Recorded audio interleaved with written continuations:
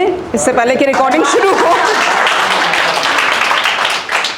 Mobile से मेरा 36 का आंकड़ा है तो मैं मोबाइल से नहीं पढ़ पाऊंगी।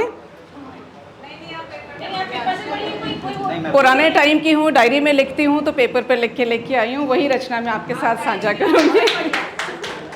और कुछ उम्र का भी तकाजा है, कुछ भूलने की भी बात हो जाती है, तो इसलिए लिख के आई हूँ। सबसे पहले मैं चेतना मंच और फ्लोरेंट पब्लिकेशन का धन्यवाद करती हूँ। तो पढ़ने का शौक़ बचपन से रहा है, लेकिन लिखना मैंने बहुत लेट शुरू किया। आई वॉज़ अराउंड 49 जब मैंने अपनी पहली कविता लिखी थी।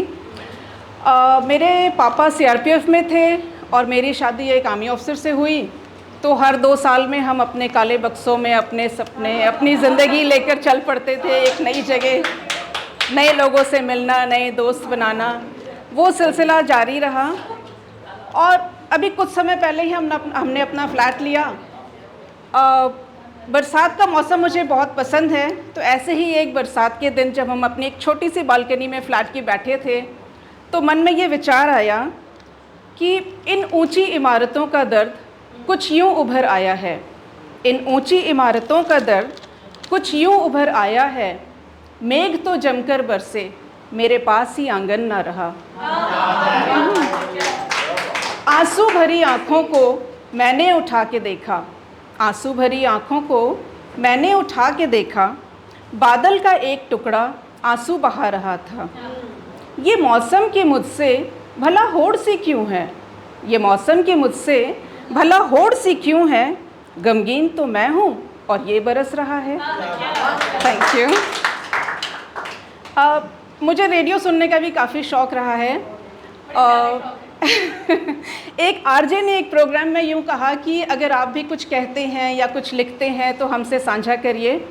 उसी वक़्त मेरी पहली कविता की पहली पंक्ति तैयार हुई कि मैं भी कुछ कहना चाहती हूँ, और दूसरी पंक्ति खुद ब खुद आ गई कि बस अपनी खामोशी तोड़ना चाहती हूँ। तो मेरी पहली कविता आपसे साझा करना चाहूँगी, जिसका नाम है चुप्पी। मैं भी कुछ कहना चाहती हूँ, मैं भी कुछ कहना चाहती हूँ, बस अपनी खामोशी तोड़ना चाहती हूँ। लड़की हो ज़्यादा मत बोलो, छोटी हो मुँह मत खोलो, बस यही सुनकर तो बड़ी हुई हूँ। सोचा जब बड़ी हो जाऊँगी तब अपनी बातें कह पाऊँगी, सोचा जब बड़ी हो जाऊँगी तब अपनी बातें कह पाऊँगी। कितना बोलती हो, शर्म नहीं है, आदमी की बात मानने में हर्ज नहीं है। ये कहकर मुझे फिर छोटा कर दिया गया, ये कहकर मुझे फिर छोटा कर दिया गया। मैं भी कुछ कहना चाहती हूँ, बस अपनी खामोशी तोड़ना चाहती हूँ।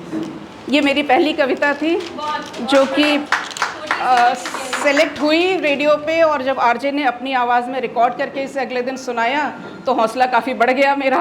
2-3 कविताएं और भेजी और फिर ये सिलसिला चल पड़ा, जो कि अभी तक रुका नहीं है और उम्मीद है कि आगे भी चलेगा। आज आपसे अपनी एक और कविता साझा करना चाहूँगी जो हम सबका पसंदीदा शीर्षक है माँ।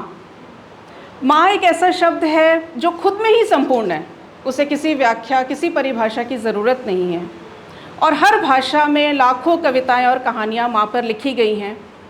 मैंने इस कविता में माँ के जीवन के उस पहलू के बारे में लिखने की कोशिश करी है जहाँ वो सिर्फ़ एक स्त्री है, जहाँ उनके अपने सपने और अपनी ख्वाहिशें भी हैं। अब मैं कितना सफल हुई हूँ ये आप मुझे बताइएगा। कविता का शीर्षक है मेरी माँ भी एक इंसान है। गुजारिश है ज़माने से उन्हें जी लेने दो, गुजारिश है ज़माने से उन्हें जी लेने दो, मेरी माँ भी एक इंसान है, उन्हें देवी बनाओ मत। Thank you. उनके पैरों की पायल में अजब सी एक थिरकन है, उनके पैरों की पायल में अजब सी एक थिरकन है, छन छन सा सुनाई देता मधुर संगीत उसमें है। न बांधो पैरों में उनके शर्म की कोई जंजीरें, न बांधो पैरों में उनके शर्म की कोई जंजीरें, मेरी माँ भी एक इंसान है, उन्हें देवी बनाओ मत।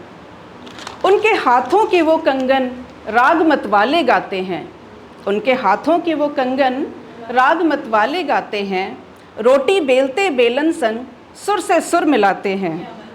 न जकड़ो हाथों को उनके हया के एक बंधन से, न जकड़ो हाथों को उनके, हया के एक बंधन से। मेरी माँ भी एक इंसान है, उन्हें देवी बनाओ मत। उनके कानों के वो झुमके मदमस्त झूमते हिलते, उनके कानों के वो झुमके मदमस्त झूमते हिलते। गालों को चूमते उनके, कानों को कई राज हैं देते। न रखो सूने उन कानों पर, न रखो सूने उन कानों को। उनके साथ बैठो, उनके साथ बातें करो, माँ के साथ कुछ उनकी सुनो, कुछ उन्हें सुनाओ। न रखो सूने उन कानों को, कई किस्से गुम हो जाएंगे। न रखो सूने उन कानों को, कई किस्से गुम हो जाएंगे। मेरी माँ भी एक इंसान है, उन्हें देवी बनाओ मत। उनकी वो प्यारी सी करधनी झूमती और लचकती है, उनकी वो प्यारी सी करधनी झूमती और लचकती है। पायल से और कंगन से मिलाकर धुन सुनाती है। न बांधो उनको ए लोगों रिवाज़ों के धागों में, न बांधो उनको ए लोगों रिवाज़ों के धागों में। मेरी माँ भी एक इंसान है, उन्हें देवी बनाओ मत। उनके चेहरे की वो मुस्कान मेरे संसार को भरती उजालों से, उनके चेहरे की वो मुस्कान मेरे संसार को भरती उजालों से। खनकती वो हंसी उनकी हज़ारों गम भुलाती है। न रोको उस हंसी को तुम, न दो बेशर्मी की संज्ञा। कई बार सुना है कि कैसे खिलखिला के हंस रही ये बेशर्म औरत है। न रोको उस हंसी को तुम, न दो बेशर्मी की संज्ञा।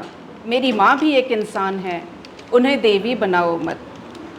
उन्हें हंसने दो, गलतियाँ करने दो, उन्हें गाने दो, ऊंचे गगन में उड़ने दो। उन्हें झूमने दो, बहती हवा को चूमने दो। उन्हें बच्चों की तरह कुछ पल तो जीने दो। उन्हें घूमने दो, फिरने दो, विचरने दो। उन्हें घूमने दो, फिरने दो, विचरने दो।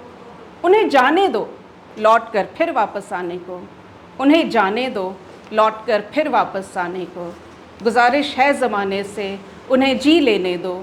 मेरी माँ भी एक इंसान है, उन्हें देवी बनाओ मत, उन्हें देवी बनाओ। बहुत बहुत शुक्रिया, बहुत बहुत थैंक यू।